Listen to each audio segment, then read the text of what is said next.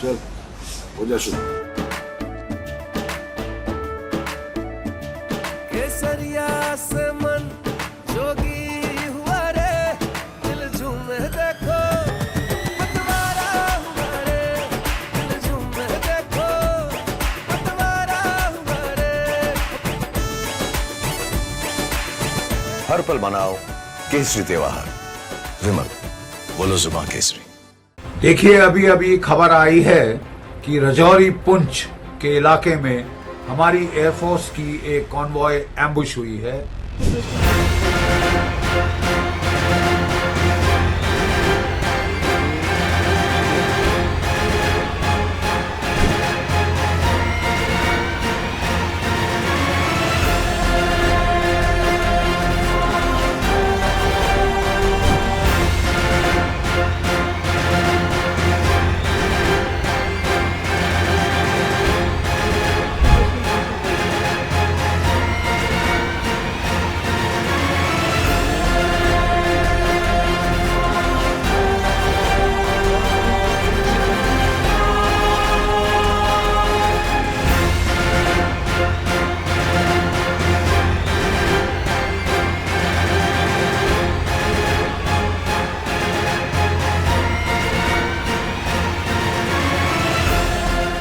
देखिए, अभी अभी खबर आई है कि रजौरी पुंछ के इलाके में हमारी एयरफोर्स की एक कॉन्वॉय एम्बुश हुई है। खबर आई है कि कुछ जवान घायल हुए हैं। थैंक गॉड अभी तक कोई फैटल्टी की खबर नहीं है। कोई किसी की शहादत कुर्बानी की खबर नहीं है। और कहा जा रहा है कि हमने राष्ट्रीय राइफल्स बड़ी मुस्तैदी से वहां पहुंची, उन्होंने कॉन्वॉय को बाहर निकाल लिया है, सब गाड़ियां सेफ एंड साउंड निकाल ली हैं और सिचुएशन अंडर कंट्रोल है। बहुत पिछले 2-3 सालों से हम लगातार देख रहे हैं कि पाकिस्तान की आईएसआई, पाकिस्तान की फौज रजौरी पुंछ इलाके में टेररिज्म को दोबारा जिलाने की कोशिश कर रही है। मैं यहां जीओसी रोमियो फोर्स था। 2004-2005 में इस इलाके में टेररिज्म की कमर हमने पूरी तरह से तोड़ दी थी। बिल्कुल शांत पड़ गया था ये इलाका और कई साल डोरमेंट रहा है। यहां तक कि इस इलाके से ट्रूप्स भी ले जाकर हमने लद्दाख वगैरह में चीन के बरखिलाफ लगाए थे। तो यहां गैप देखकर पाकिस्तान की आईएसआई फिर अपने हथकंडों पर आमादा हो गई है।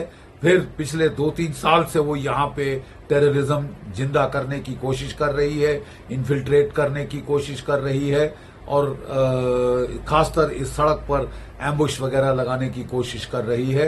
लोग, हमारी सेना इसके प्रति जागरूक है, लेकिन अब समय आ गया है कि केवल रक्षात्मक कार्रवाई और प्योर डिफेंस और रिएक्टिव मेजर्स के से आगे बढ़कर हमको वही करना पड़ेगा जो शायद हमने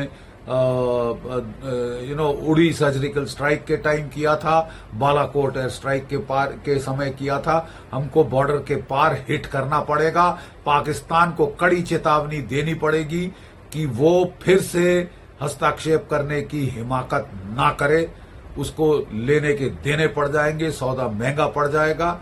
वो जानता है कि जम्मू कश्मीर के लोग 370 हटने के बाद बहुत खुश हैं, खुशहाली है, टूरिज्म आ रही है, बिजनेस चल रही है, इंडस्ट्री आ रही है, लोग खुश हैं। हर जगह तिरंगे फहरा रहे हैं पूरे जम्मू कश्मीर में और पाकिस्तान को ये गवारा नहीं और वो कोशिश कर रहा है फिर से छेड़खानी करने की। ये सौदा उसको महंगा पड़ सकता है।